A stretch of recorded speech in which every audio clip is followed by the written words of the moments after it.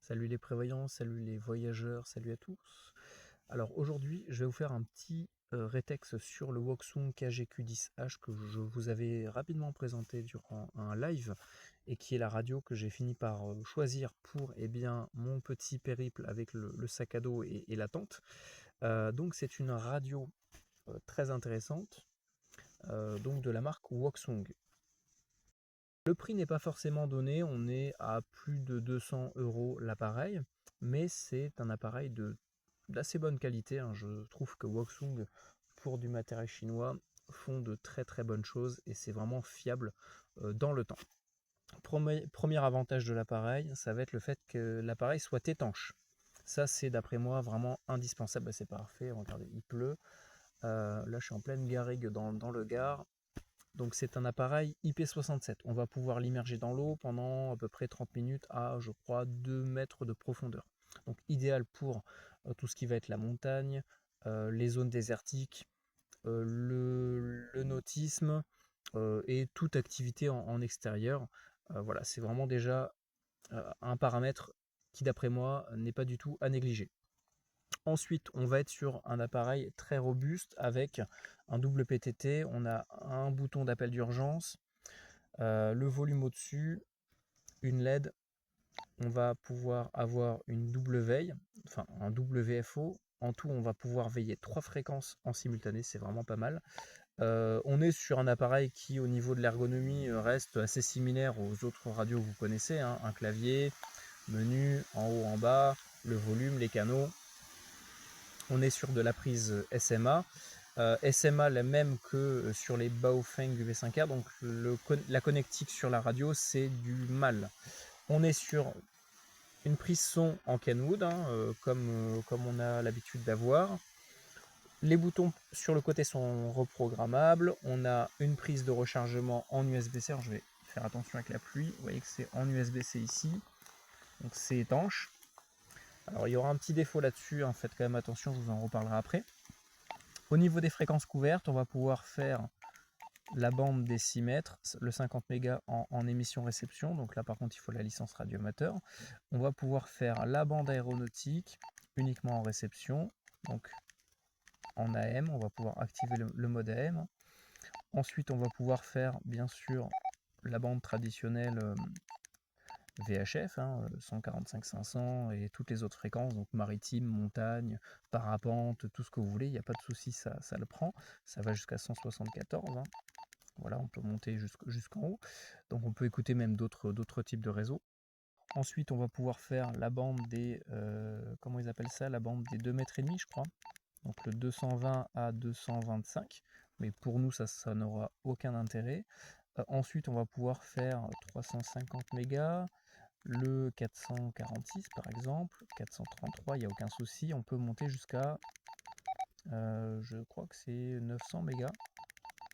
Ouais, 900 mégas, on peut même monter je crois que ça va être 920 ou 940. 920 ça le prend, 940, 960, 980. Vous voyez que ça monte très haut. Si je fais 999, ça le prend aussi. Donc là, c'est quand même pas mal du tout. On est vraiment sur un appareil qui est plus similaire à un scanner qu'autre chose. On a 999 mémoires sur l'appareil, donc ça permet de vraiment pouvoir programmer une multitude de fréquences qu'on va pouvoir ranger dans 10 banques différentes. Au niveau de la prise d'antenne, je ne sais pas si je l'ai dit, mais on est donc sur du SMA MAL, donc le même que sur les Baofeng UV5R, Guangsheng, etc.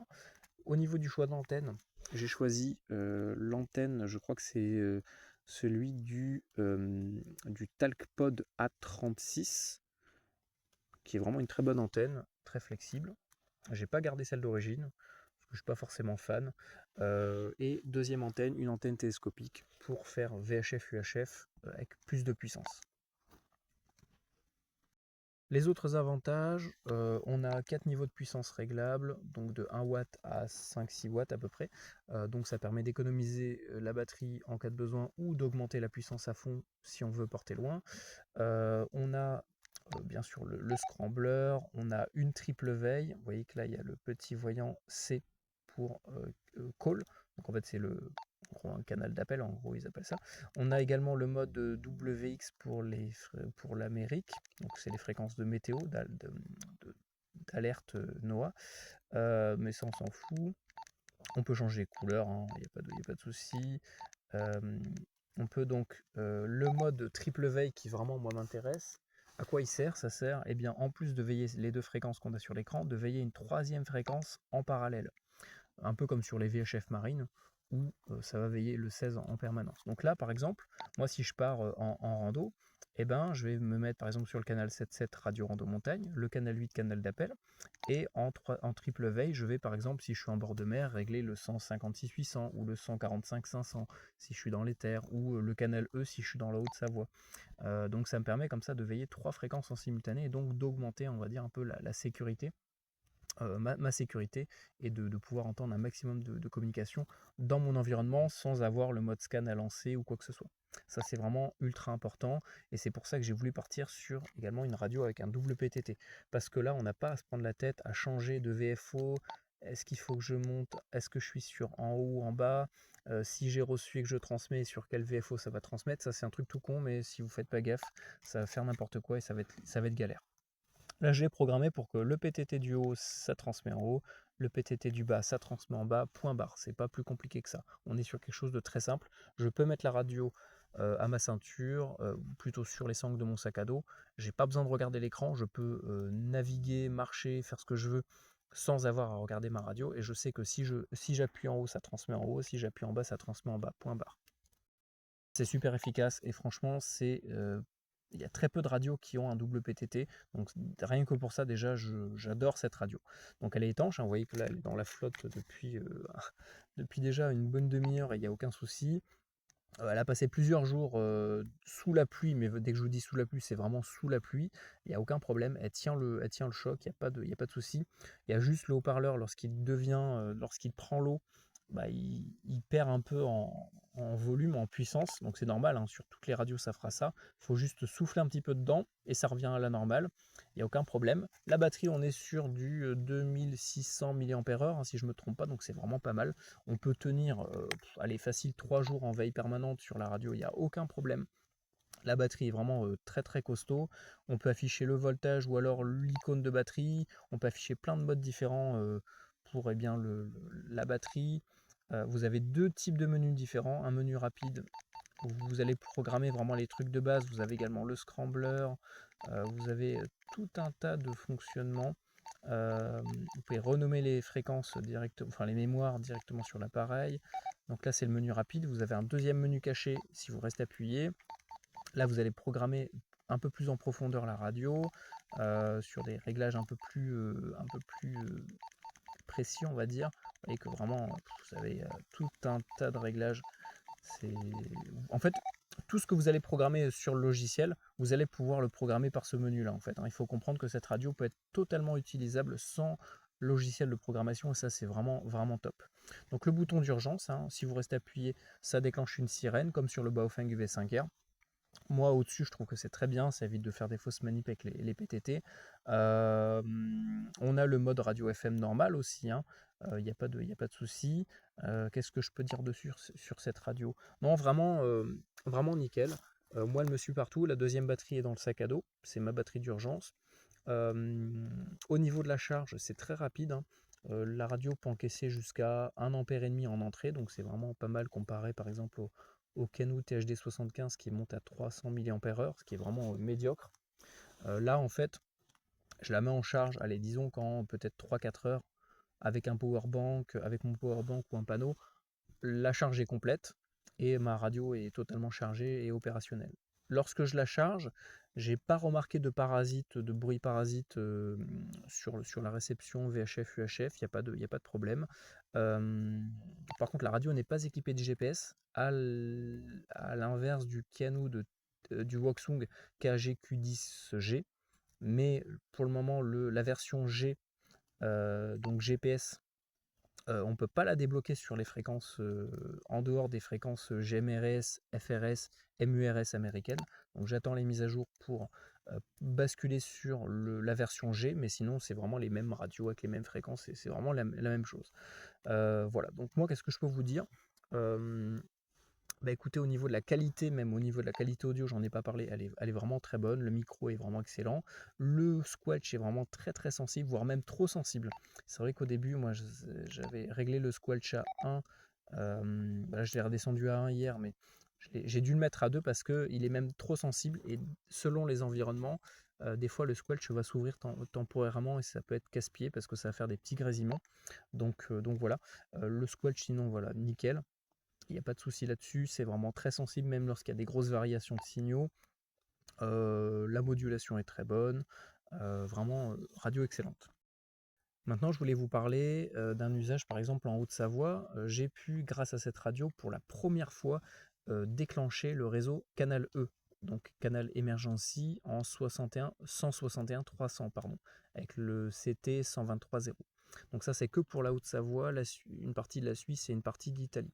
Donc c'est un réseau de secours en montagne sur lequel on va pouvoir également faire un test radio. Donc par la fonction 5 tons. La radio ne dispose pas de la fonction 5 tons. Elle fait que le DTMF. Et d'ailleurs, elle décode le DTMF. On peut voir les numéros qui s'affichent sur l'écran. Ça, c'est pareil. C'est pas souvent que les radios puissent faire ça. Via le fichier que j'avais proposé sur la chaîne YouTube FCF, avec le 5 tons, vous tapez 5 tons canal E, vous allez le trouver. Il y a une tonalité de test. Des gens m'ont dit que ça ne fonctionnait pas.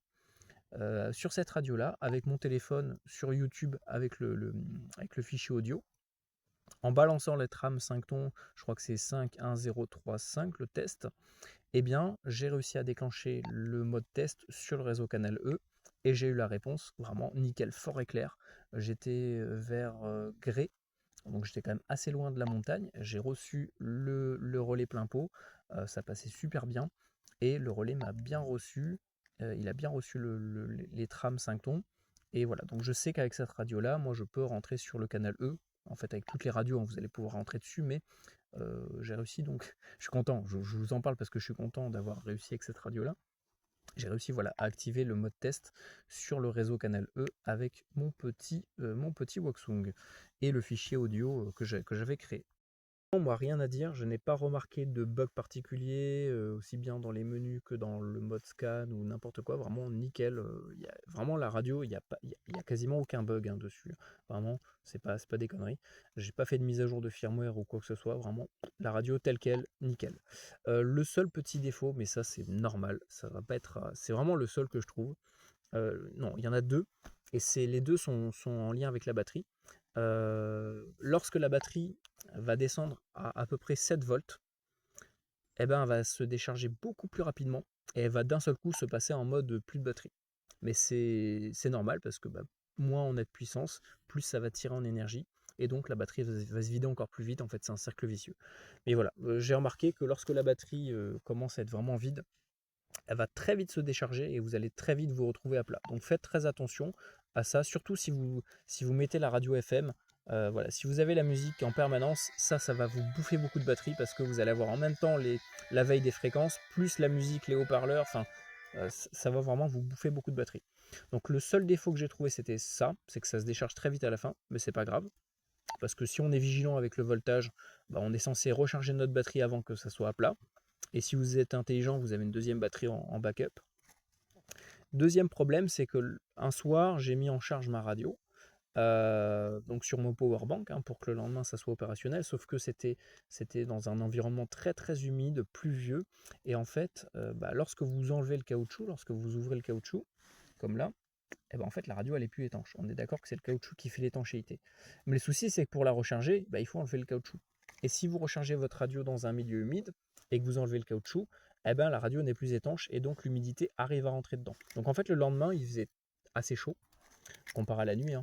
Il y a eu du soleil et je me suis retrouvé avec beaucoup d'humidité sur le carreau en fait. Donc j'ai dû mettre ma radio pendant au moins 1 heure en plein soleil, à l'envers, avec le clapet ouvert, pour arriver à faire sortir en fait l'humidité qu'il y avait dedans. Voilà, donc c'est le seul problème, mais bon, ça c'est pas vraiment dû à la radio, c'est normal. Si on ouvre le clapet, ben, c'est plus étanche, donc l'humidité rentre. Mais faites quand même attention à ça. Si vous rechargez votre radio vraiment dans un milieu très très humide, ben, je vous recommande à la rigueur de garder le socle de charge qui pèse pas très lourd. Je crois qu'on peut le mettre en USB-C Et puis voilà, au moins ça vous évite de tout simplement ouvrir le clapet et de rendre votre radio, enfin voilà, elle est plus étanche quoi. Et vous allez prendre l'humidité. Mais sinon, vraiment, sinon rien à dire. Je l'ai mis dans la flotte pendant une semaine non-stop, elle n'a pas bronché. Vraiment nickel. Donc voilà, elle pèse un petit peu lourd, mais bon, c'est pas non plus gravissime. Pour une radio de cette qualité-là, IP67, c'est tout à fait normal. Donc voilà moi ce que je peux vous dire là sur le rétex de cette radio-là. Seul inconvénient, voilà, je vous dis, elle n'a pas le GPS, c'est un peu dommage qu'on soit obligé de passer sur la version KGQ10G qui pour le moment est bloquée sur les fréquences américaines. Mais je pense que prochainement il y aura des mises à jour sur le firmware pour débloquer, débrider totalement la radio, parce qu'en fait les manips sont pas les mêmes, hein. Vous allez la recevoir celle-là bridée, pareil sur les fréquences GMRS, FRS, etc. Pour la débloquer, je vous ferai un tuto. Il y a une manip particulière à faire lors du démarrage de la radio pour la passer en mode export. Donc c'est très simple, hein, il n'y a pas besoin de logiciel, c'est directement sur le clavier qu'on va le faire. Voilà, donc n'hésitez pas à poser vos questions. Euh, et puis bah, je vous dis à très bientôt. Si vous voulez soutenir la chaîne, moi ça me permet d'acheter du matériel, de tout simplement me motiver à faire du contenu. N'hésitez pas à participer sur le Patreon. Et je vous dis à très bientôt. Ah, bah, voilà, il pleut. À très bientôt les amis.